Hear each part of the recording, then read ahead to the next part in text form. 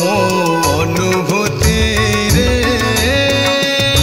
साईनाथ। आज्ञा जय साईराम। मोर नाम द्रौपदी प्रधान।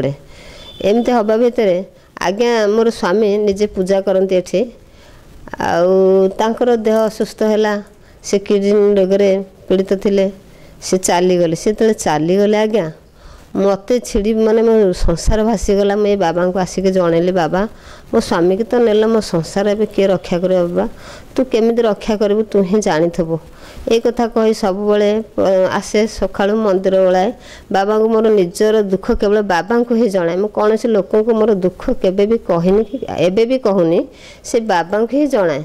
बाबा तू तो मो स्वामी के नेलु मो संसार मो पो झो केमी रक्षा करू तो संतान मानक तू केमी रक्षा करबू।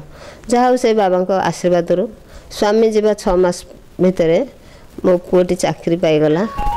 आउ स्वामी जीवा 9 मास पर बड़ झीर भी विवाह होगला। अचानक आकस्मिक विवाह सी सबू से बाबांकर अलौकिक।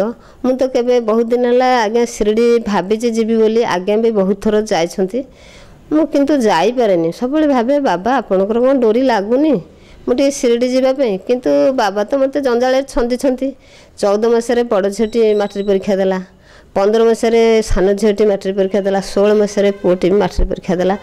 आज्ञा जिते बड़े शिरडी जाती सब डाकती तू जीवु कि ए संसार तो मो बेकर बंधा ना तेणु मुझे आज्ञा से मन मन भावे बाबा मु कौन जापरि पुणी भावे हऊ मुझे जीविनी पिलानकर मैट्रिक परीक्षा सरू आ पिलान टिके कॉलेज फलेज गले आम मिसिकी स्वामी स्त्री जीवु बोली भाभी तो भगवान कौन जोग है आज्ञा को तो नहीं गले अधारे आउ मो पिला सांगे अच्छी किंतु प्रति मुहूर्त मोर जीवन साथी से बाबा प्रतिदिन सका 6टार आसे आगे ओलियाली करी बाबा को जन दे बाबा आपण रक्षा कर पिला आज पु ए कम जीव आपन टे जाइए आगे पिलाटा को पछे पछे ने मो झी ए कम जीव कि मो आउ गोटे झील ए कम जीव फास्ट आसिक बाबा को ही जन दे जाए। प्रकृत में बाबा प्रत्यक्ष जा मो पिला पाखे पाखे छिड़ाई पिला बहुत साहाय्य करती।